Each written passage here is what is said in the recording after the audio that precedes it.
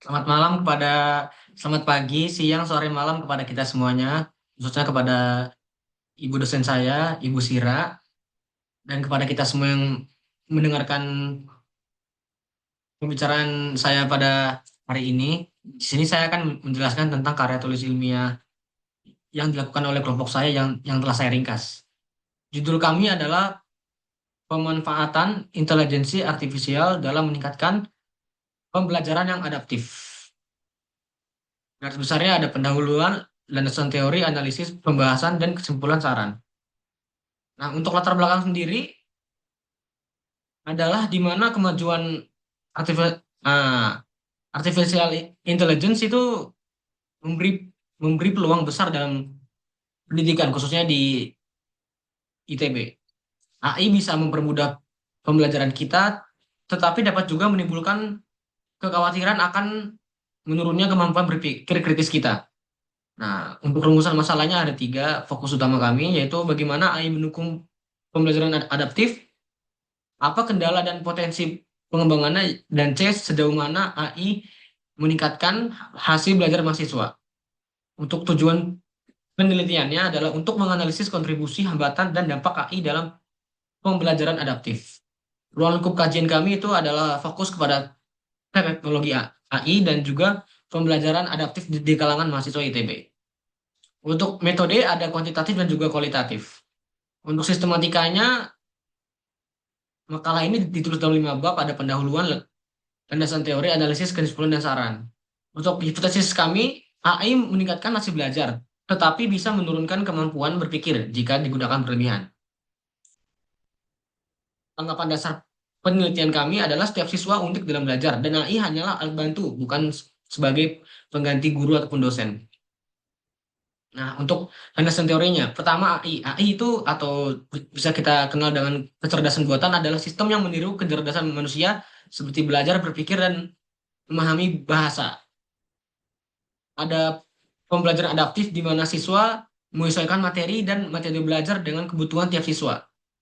Ada integrasi AI dalam pembelajaran adaptif. AI mampu menyesuaikan pembelajaran berdasarkan kecepatan dan gaya belajar, terutama melalui simulasi dan juga interaksi kontekstual. Ada personalization dan learning analytics. Untuk personal eh, personalized learning memberi kendali pada siswa, dan juga untuk learning analytics menganalisis data untuk mendukung keputusan pembelajaran dan peningkatan proses belajar. Yang terakhir adalah teknologi pendukung AI dalam pendidikan, meliputi mentor virtual, asisten suara, smart content, dan translator presentasi. AI berperan sebagai alat bantu yang memperkaya proses belajar. Hasil survei kami ada 5 pertanyaan survei.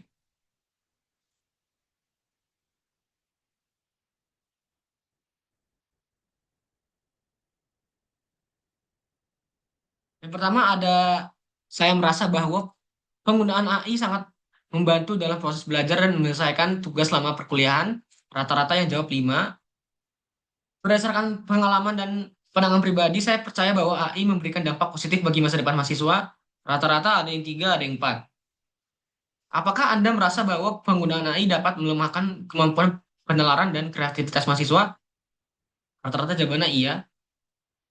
Dan terakhir, apakah Anda berpandangan bahwa peran dosen dapat sepenuhnya digantikan oleh teknologi AI? Tidak. Rata-rata jawabannya tidak. Dan ini adalah soal kelima, isian. Ini yang kami nilai secara kualitatif. Ada AI sebagai tempat bertanya saat benar-benar nggak paham. Gunakan AI hanya saat benar-benar nggak mengerti. AI baik jika digunakan secara tidak baik jika digunakan secara berlebihan dan sebagainya. Nah, dari 15 responden yang menjawab survei kami, dapat dirangkum best practice saat menggunakan AI, yaitu pertama, menggunakan AI hanya saat mencari konsep awal. Kedua, menggunakan AI hanya menggali materi. Tiga, menggunakan AI hanya sebagai petunjuk arah sehingga menuju ke pengertian. Keempat, tidak menggunakan AI secara berlebihan. Karena apa? Nah, karena ada dua hal karena semua hal punya hal yang baik dan hal buruknya. Hal yang baik dari AI itu adalah pendalaman materi, pencarian ide, dan juga penjelasan suatu topik atau konsep. Sedangkan hal yang nggak baiknya adalah bisa copy paste makalah. Nah, ataupun bisa copy paste hal-hal yang lain. Tinggal copy paste. Pengerjaan tugas dan juga pemecahan masalah. Nah, untuk kesimpulannya, pertama adalah AI efektif meningkatkan efisiensi dan motivasi belajar, namun penggunaannya harus bijak agar tidak merusak kemampuan berpikir kritis mahasiswa. Adapun sarannya adalah perlu penelitian lanjut soal dampak jangka panjang. Kedua, AI sebaiknya hanya alat bantu, bukan solusi instan. Yang terakhir, dosen harus membimbing penggunaan AI yang etis dan kritis. Sekian presentasi yang bisa saya sampaikan. Terima kasih. Selamat pagi, siang, sore, malam.